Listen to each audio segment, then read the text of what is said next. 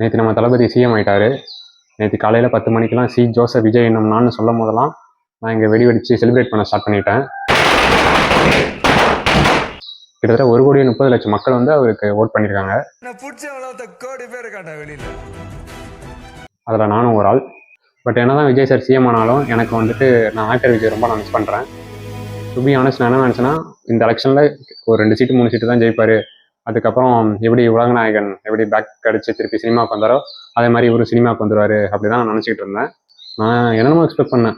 அண்ணன் சினிமாவுக்கு வந்துட்டா நம்ம லியோ 2, அப்புறம் முருகதாஸ் வேறு துப்பாக்கி 2 ஸ்கிரிப்ட் வேறு வச்சிருக்கேன்னு சொன்னார். துப்பாக்கி 2 இதெல்லாம் நான் ரொம்ப எதிர்பார்த்துருந்தேன். பட் அன்ஃபார்ச்சுனேட்லி அது எதுவுமே நடக்காது போல. இதுக்கப்புறம் நான்லாம் வந்துட்டு ஒரு மொரட்டணி. நான் வந்து 2001 பானு. இந்த 24 வருஷமும் தளபதி படத்தை பார்த்து தான் வளர்ந்துருக்கேன். மற்ற ஆக்டர் மூவிஸும் பார்ப்பேன். இருந்தாலும் தளபதி மூவி வந்து எனக்கு ரொம்ப க்ளோஸ் டு மை ஹார்ட். அந்த மாதிரி தான் இருக்கும்.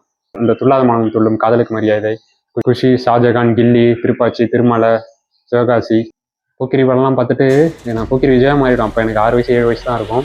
விஜய் மாதிரி ட்ரெஸ் பண்ணிப்பேன், விஜயோட மேனரிசம் பண்ணுவேன், அந்த மாதிரிலாம் பண்ணிட்டு இருப்பேன். குருவி, வேட்டைக்காரன், அழகிய தமிழ் மகன்லாம் பார்த்து நான் ரன்னிங் ரேஸ்லாம் பார்ட்டிசிபேட் பண்ணேன். அந்த விஜய் இந்த மாதிரி ஃபர்ஸ்ட் வர முடியல. இல்லைன்னா ஒரு 3rd ப்ரைஸ் வந்து எனக்கு வந்து ஒரு குட்டி டம்ளர் ஒன்று கொடுத்தாங்க 3rd ப்ரைஸ். அப்புறம் துப்பாக்கி, கத்தி, அதுலேருந்து ஆரம்பித்து கோட் வரையுமே எனக்கு வேணாவது தெரிஞ்சதுலேருந்து விஜய் படம் எது வந்தாலுமே சரி நான் போயிட்டு தேட்டரில் போய் பார்த்துட்டு வந்துடுவேன். அப்புறம் இந்த திருப்பாச்சி, வேலாயுதம் இதெல்லாம் வந்துட்டு தங்கச்சி சென்டிமெண்ட்லாம் இருக்கும். எனக்கு வேறு ஒரு தங்கச்சி இருக்கா, அதனால் அந்த மாதிரி மூவிஸ்லாம் வந்துட்டு ஹார்ட் டச்சிங்காக இருக்கும் எனக்கு. அதெல்லாம் நான் ரொம்ப விஜய் சாரோட ரொம்ப கனெக்ட் ஆகிடுவேன். அப்புறம் அவரோட சாங்ஸ் எல்லாமே நமக்கு ரொம்பவே பர்சனலாக கனெக்ட் ஆகும். இப்போ இந்த பாட்டை கேளுங்களேன்.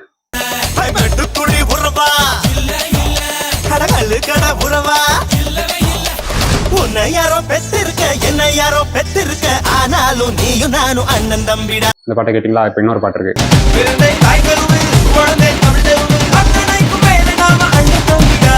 இந்த மாதிரி இந்த அண்ணன் தம்பி சென்டிமெண்ட்லாம் அவர் கூட அப்படியே கனெக்ட் ஆகுது. சொன்னா புரியாது, சொல்லுக்குள்ள அடங்காது, நீங்க எல்லாம் என் மேல வச்ச பாசம். நம்ம அவங்க மேல வச்ச பாசத்தை அவரே சொல்ற மாதிரி மோட்டிவேஷன் சாங்ஸாவே நிறையவே இருக்கும். இப்போ இந்த பாட்டை கேளுங்களேன்.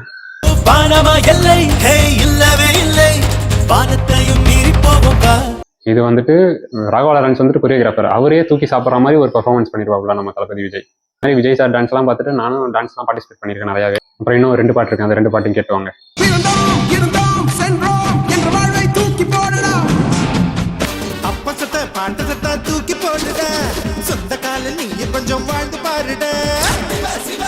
அப்புறம் இந்த மாதிரி மோட்டிவேஷனல் சாங்ஸ் மட்டுமே இல்லை, சோசியல் மெசேஜ் உள்ள பாட்டுமே இவரோட படத்தில் இருக்கும். இப்போ இந்த பாட்டை கேளுங்களேன். ஆலமர பள்ளிக்கூடம் ஆக்ஸ்போர்டா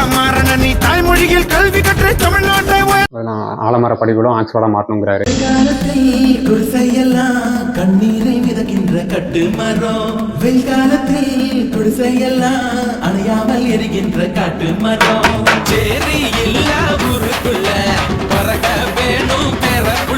சரி இருக்கக்கூடாது அந்த மாதிரி. ஆண்டவன் தான் என்ன பார்த்து என்ன வேணும் என்று கேட்டா, அகதியான மக்களுக்கு அமைதியான நாடு. ஈழத்தமிழர்கள் இஷ்யூ நடந்தப்ப ரிலீஸ் ஆன படம் இது. அந்த இஷ்யூ வந்துட்டு இந்த படத்தோட கனெக்ட் பண்ணி ஒரு பாட்டு பண்ணியிருக்காங்க.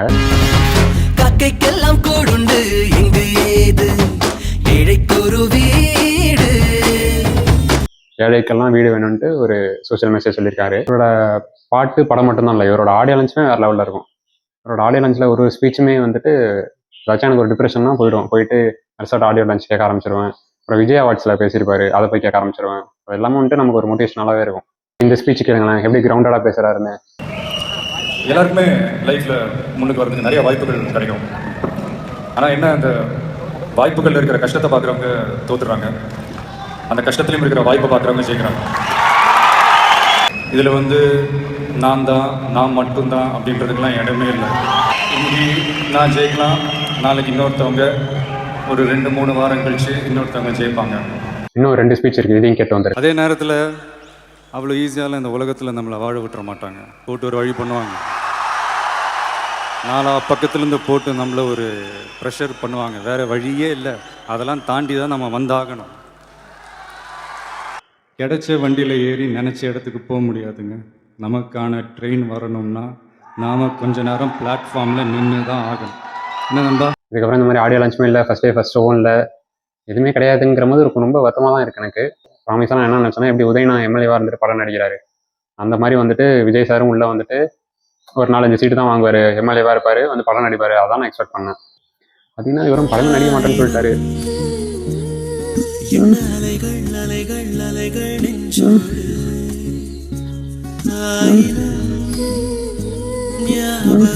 ரீசெண்ட் டேஸில் தளபதி வந்துட்டு ஒரு படத்துக்கு 200 கோடி கொடுக்குறாங்க. இந்த 200 கோடியெல்லாம் விட்டுட்டு இங்கே வரும்னு அவசியமே கிடையாது. அவர் ஏன் இந்த மாதிரி முடிவு எடுத்தாருன்னு தெரியல. எல்லாத்தையுமே விட்டுட்டு ஃபுல்லாகவே மக்களுக்காக சேவை செய்கிறேன்னு வந்துட்டாரு. ஆக்டர் விஜய்க்கு ஒரு ரெஸ்பான்சிபிலிட்டிஸ் இருக்கும். அதை விட 1000 டைம் 10,000 டைம்ஸ் அதிகமாக இருக்க ரெஸ்பான்சிபிலிட்டிஸ் இப்போ இருக்கிற பாலிட்டிஷியன் விஜய்க்கு. இதெல்லாம் எப்படி அந்த பேர்டன் தாங்கிக்கிட்டு ஆக்டராக இருந்தால் ஒரு பேர்டனுமே கிடையாது. வந்தாரா, படம் நடிச்சாரா, 200 கோடி வாங்கினாரா, போயிட்டே இருக்கலாம். ஆனால் இப்போ அந்த மாதிரிலாம் இருக்க முடியாது. ஃபுல்லாக அவருக்கு ரொம்ப பேர்டன் அதிகம், ஸ்ட்ரெஸ் அதிகம். இதெல்லாம் அவரே கேட்டு எனக்கு அது வேணாம், நான் மக்களுக்காக சேவை செய்கிறேன்னு வந்துட்டாரு. ஃபுல்லாக இறங்கிட்டாரு. இந்த மாதிரி கட்ஸ் அண்ட் கான்ஃபிடன்ஸ் வந்து நம்ம தளபதியிலேருந்து கற்றுக்கணும். அதுக்கப்புறம் தளபதி வந்துட்டு சர்க்காஸ்டிக்காக பீஸ்டில் ஒன்று சொல்லியிருப்பாரு. கிளிப்பை பார்த்துருவாங்களேன். உங்களை நம்பி தான் இறங்கி இருக்கிறேன். கட்சியில் என்னைய கவுத்து விட்டுற மாட்டீங்களே? இன்னும் டவுட்லாம் இல்லை. சும்மா நம்ம ஒன்று செய்யணும்னு நினைக்கிறோம், பார்த்தா நம்மளுக்கே ஒன்று செஞ்சிடறாங்க. இதுதான் வந்துட்டு நானும் விஜய் சாருக்கு சொல்கிறேன். அவங்களை நம்பி தான் இத்தனை பேர் ஓட்டு போட்டிருக்காங்க.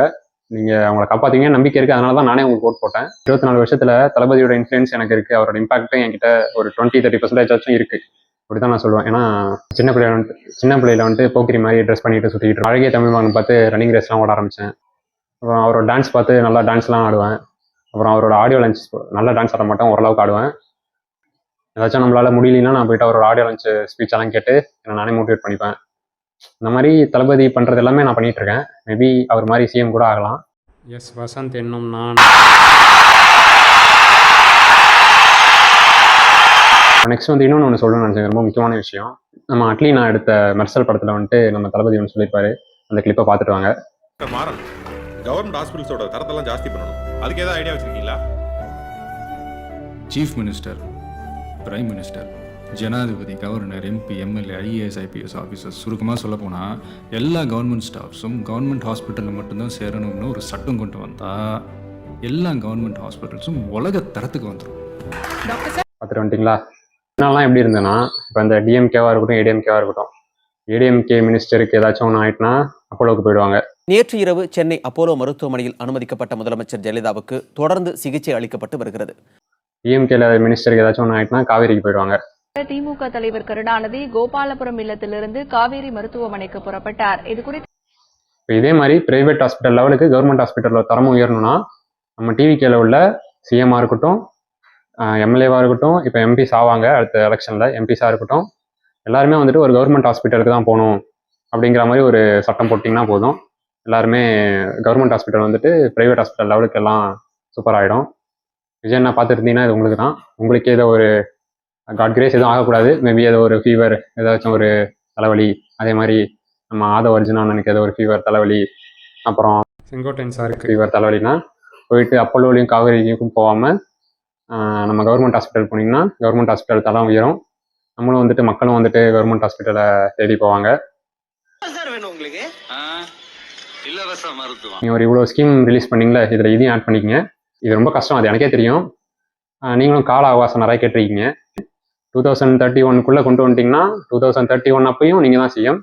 இப்போ என்ன, இப்போ நம்ம 108 சீட்டு வாங்கிட்டு 10 சீட்டுக்கு நம்ம போயிட்டு வேற ஒருத்தவங்கள்ட்ட கேட்டுட்டு இருக்க வேண்டியதாக இருக்குது. இந்த ஸ்கீமை மட்டும் நீங்கள் இம்ப்ளிமெண்ட் பண்ணி நீங்கள் 234 தொகுதியும் உங்களுக்கு தான். 2031 மட்டும் இல்லை, 2036, 2041, 2046, 2051 வரையும் நீங்கள் தான். கவலைப்பட வேணாம். கான்ஃபிடென்ட்டாக இருங்க, வெற்றி நிச்சயம்.